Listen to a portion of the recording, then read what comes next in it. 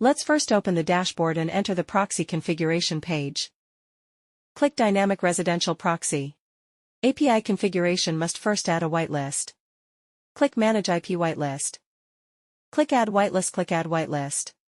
Copy your IP into the whitelist IP and click Submit. Go to Proxy Settings. Choose the country you want. Select the number of IPs to extract. Select the number of IPs to extract. There are two options for session type, rotating IP and sticky IP. Select Rotating to rotate the IP based on each request, or select Sticky to retain one IP for up to 180 minutes.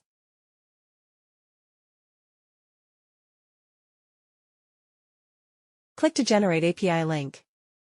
In Get API Link, click Open Link. You can see the proxy information.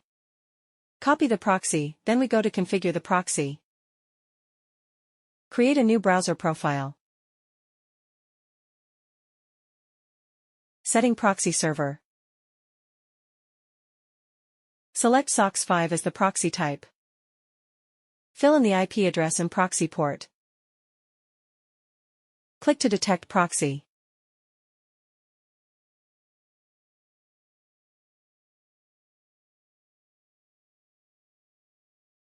If the connection test is successful, it means the configuration is successful.